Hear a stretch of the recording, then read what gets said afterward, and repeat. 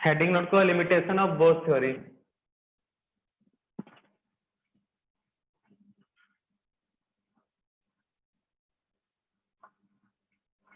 Both theory तो note कर लेना। It is only applicable for hydrogen and hydrogen-like species. It is only applicable for hydrogen and hydrogen-like species. Example note कर लेना। Hydrogen like species में मतलब क्या होता है वो पहले नोट कर लो। Single electron system, that means helium plus lithium 2 plus beryllium 3 plus. It is only applicable for hydrogen and hydrogen like species.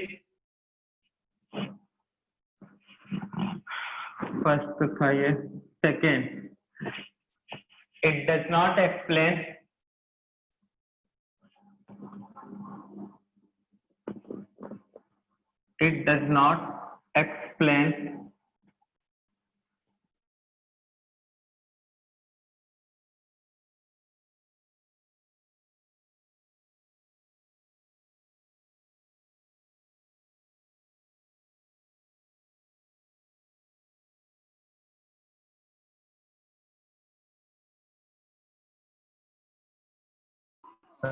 Sir आपका माइक म्यूट है।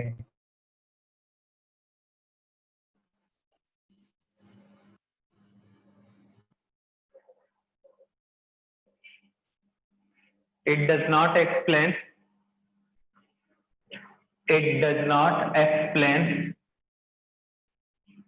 spectra of multi-electron system.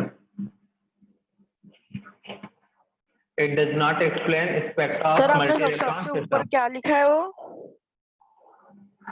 सबसे ऊपर में बेटा पहले स्टेटमेंट नोट करवाया है। It is only applicable for hydrogen and hydrogen like species. और हाइड्रोजन लाइक स्पीसीज कई लोग को नहीं मालूम है तो वही नोट कराया है equal to single electron system. और उसका एग्जाम्पल है helium plus lithium 2 plus beryllium 3 plus, जो कि बहुत पहले भी हम बता चुके हैं क्लास में। ठीक है ना। अब माइक म्यूट करके रखो बच्चा। सेकेंड है it does not explain spectra of multi electron system. तो ये था limitation of both theory. Next heading note करो, डी ब्रॉगली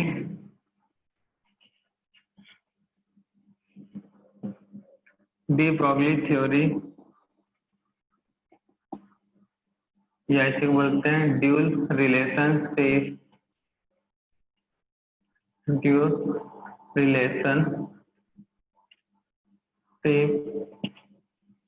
या फिर ड्यूल कैरेक्टर ऑफ पार्टिकल, या फिर ड्यूल बिहेवियर ऑफ पार्टिकल भी बोल सकते हैं। डी ब्रॉगली थ्योरी क्या है? डी ब्रॉगली थ्योरी और ड्यूल कैरेक्टर ऑफ पार्टिकल, या फिर ड्यूल बिहेवियर ऑफ पार्टिकल, या फिर ड्यूल नेचर ऑफ पार्टिकल, जो वर्ड अच्छा लगे नोट कर सकते हो। तो डी ब्रॉगली थ्योरी और dual character of particle. Main heading note करो, इंपॉर्टेंट है और बहुत ही ज्यादा सिंपल है ये टॉपिक। ठीक है ना। इसके क्वेश्चन भी आते हैं तो माइक बिल्कुल म्यूट करके रखोगे जब तक टॉपिक कंप्लीट ना हो जाए। तो नोट करना, डी ब्रॉगली में दो थ्योरी का यूज किया उन्होंने, एक प्लांक थ्योरी, एक आइंस्टीन थ्योरी। पहले प्रूफ कर लेते हैं फिर बताते हैं होता है क्या ये। अकॉर्डिंग टू प्लांक थ्योरी, पहले मैं इसका डेरिवेशन प्रूफ करवा देता हूँ फिर उसके बाद एक्सप्लेन करता हूँ अच्छे से। तो प्लांक थ्योरी का यूज किया उन्होंने और एक आइंस्टीन थ्योरी का, अपने ड्यूल नेचर बताने के लिए पार्टिकल का। ठीक है ना।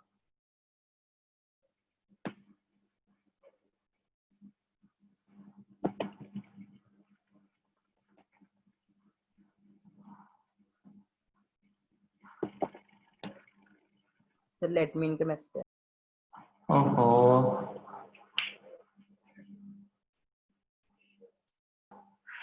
तो अकॉर्डिंग टू प्लैंक थ्योरी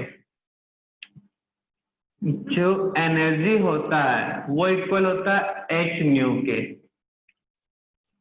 ऐसा प्लैंक कहते थे देखें। और आइंस्टाइन का कहना था जो एनर्जी होता है वो होता है mass into speed of light के स्क्वायर के इक्वल। तो यहाँ पे बता दीजिएगा सी स्पीड ऑफ लाइट है, एम मास ऑफ पार्टिकल है। तो प्लैंक थ्योरी कहते हैं के अकॉर्डिंग चला जाए तो एनर्जी जो होता है वो इक्वल टू एच न्यू, जो पहले देख चुके हैं। आइंस्टाइन थ्योरी कहता है जो एनर्जी होता है एम इंटू सी स्क्वायर, मतलब mass into speed of light के क्या होता है भाई स्क्वायर के इक्वल। अब दोनों में RHS LHS बराबर हैं तो क्या होगा भाई RHS भी इक्वल होंगे।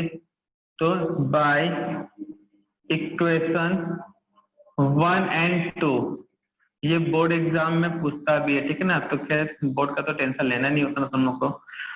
तो RHS बराबर है तो LHS भी बराबर में होता है H nu is equal to m into c square.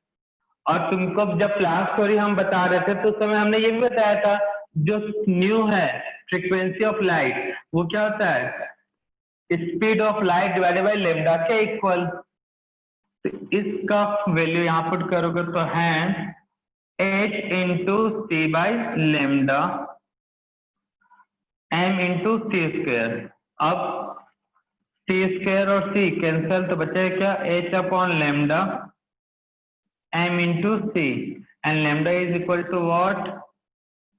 Lambda is equal to h upon m into c। तो ये first equation.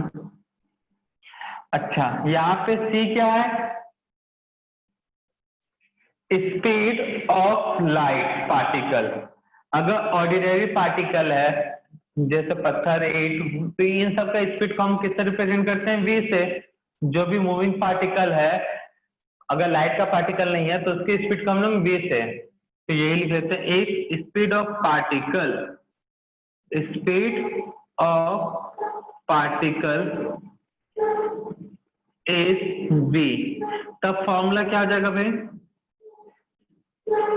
Hence lambda is equal to h upon m into v और mass into velocity is equal to what? ये बता दो क्या होता है भाई मोमेंटम। Mass into momentum. तो पता ना। तो देखो अब होता है क्या ये थ्योरी क्या बोलता है। तो डी ब्रॉगली थ्योरी का कहना था जो पार्टिकल होता है माइक्रो पार्टिकल या पार्टिकल वो लाइट का प्रॉपर्टीज भी शो करते हैं, मतलब वेव नेचर के होते हैं। कैसे होते हैं वेव नेचर और साथ में पार्टिकल नेचर के भी।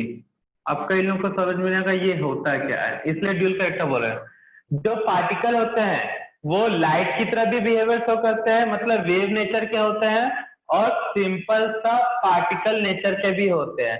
अब दोनों में डिफरेंस क्या है भाई लाइट जैसे टॉर्च से बीम निकल रहा है तो वो एक लाइट ही है ना भाई। उस लाइट का रे कैसे जाएगा अगर यहाँ से टॉर्च अगर मैं चालू करूं ये टॉर्च से अगर बीम निकलेगा तो वो कैसे जाएगा सीधा जाएगा स्ट्रेट लाइन में जाएगा कि नहीं जाएगा भाई। Yes sir. तो टॉर्च से जो बीम निकलेगा स्ट्रेट लाइन में जाएगा। लेकिन अगर जो पत्थर है या कोई भी मूविंग पार्टिकल है उसको फेंकोगे तो मतलब मूविंग पार्टिकल जैसे पत्थर को उठा के फेंक दिया खूब ताकत के साथ तो क्या होगा भाई कुछ देर तक सीधा जाएगा उसके बाद क्या होगा भाई एकदम से नीचे गिर जाएगा क्या धीरे धीरे धीरे धीरे वो ग्रेविटी के थ्रू क्या होगा नीचे की ओर आने स्टार्ट हो जाएगा। होगा कि नहीं होगा भाई। तो लाइट पार्टिकल हमेशा क्या होते हैं स्ट्रेट लाइन में फ्लो होते हैं बट मतलब वेव नेचर वाले पार्टिकल हमेशा स्ट्रेट लाइन में फ्लो होंगे बट ऑर्डिनरी पार्टिकल जैसे ईंट पत्थर इनको फेंको करके तो क्या होगा कुछ देर तक सीधे जाएंगे फिर धीरे धीरे क्या होंगे नीचे आना स्टार्ट। तो डी ब्रॉगली कहते थे कि हर एक पार्टिकल के पास दोनों प्रॉपर्टीज होता है, वो वेव की तरह भी बिहेव कर सकता है और एज अ पार्टिकल नेचर भी बिहेवियर शो कर सकता है। वेव की तरह बिहेवियर शो करने के लिए उसके पास बहुत ज्यादा एनर्जी होना चाहिए, ताकि वो सनलाइट के एनर्जी मतलब स्पीड ऑफ लाइट के इक्वल हो जाए उसका velocity.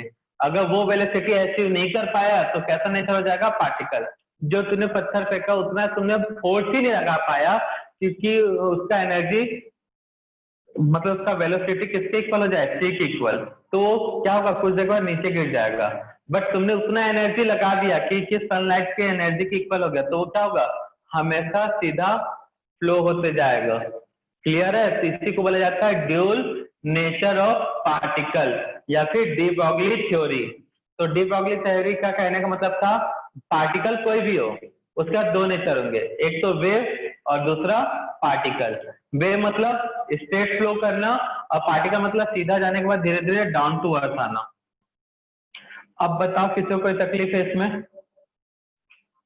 No sir. No sir. इसको प्रूव करने, अब देखो सर इसको प्रूव करने के लिए थ्योरी कैसे यूज हुआ, तो देखो यहाँ पे c क्या है भाई, स्पीड ऑफ लाइट, और v क्या है, वेलोसिटी। c किसका स्पीड है, लाइट पार्टिकल का, मतलब वेव का, और v किसका स्पीड है, वेलोसिटी मतलब ऑर्डिनरी पार्टिकल का। दोनों का रिलेशन किसके साथ, वेवलेंथ, मतलब दोनों में कुछ ना कुछ तो रिलेशन है ना। तो इसी को बोलते हैं de Broglie relationship.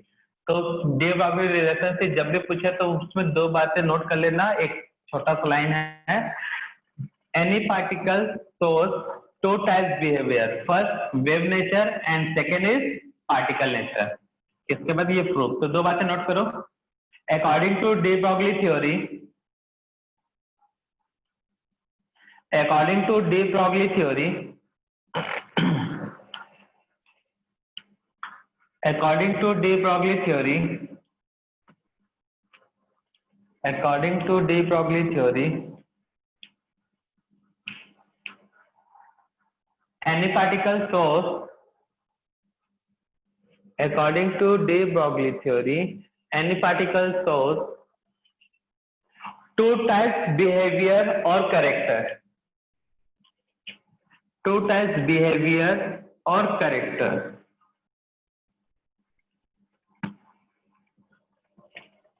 To types behaviour और कैरेक्टर। तो फर्स्ट है wave nature. Any particle according to de Broglie theory, any particle shows two types behaviour और कैरेक्टर, डेट इज, फर्स्ट है wave nature, second particle nature. मतलब हर एक particle के पास दो नेचर होता है, वही गंगाधर है वही शक्तिमान वाला। ऑर्डिनरी पार्टिकल नेचर और वेव का नेचर, मतलब लाइट की तरह नेचर भी शो कर सकता है, लेकिन लाइट की तरह नेचर कब शो करेगा, जब एनर्जी उसके पास बहुत ज्यादा हो जाए। ठीक है ना सर सेकंड क्या है? पार्टिकल नेचर, बोर्ड पे देख लो। फर्स्ट है wave nature, second particle nature. और बोला बच्चा सेकेंड क्या है, इतना देर से क्या बताएं। तो हर पार्टिकल के पास कितने नेचर है, दो, एक पार्टिकल नेचर और दूसरा वेव नेचर। वेव नेचर मतलब लाइट पे ये सब हो गए, ठीक है ना। तो according to Planck theory E equal to H nu, Einstein theory equal to m into c square. तो भैया वैल्यू पुट करो, दोनों का RHS LHS बराबर है तो RHS भी बराबर होगा। Nu equal to c by lambda होता है, सॉल्व करने पे ये आएगा। और बेयर करके यहाँ पे नोट कर लो। लेमडा मतलब क्या होता है बच्चा, कोई हमको बताएगा लेमडा मतलब क्या है यहाँ पे? एच क्या है भाई, Planck constant, and mass of, हाँ मास ऑफ पार्टिकल। बाकी सब नोट कर लेना, ठीक है ना। H Planck constant, P momentum,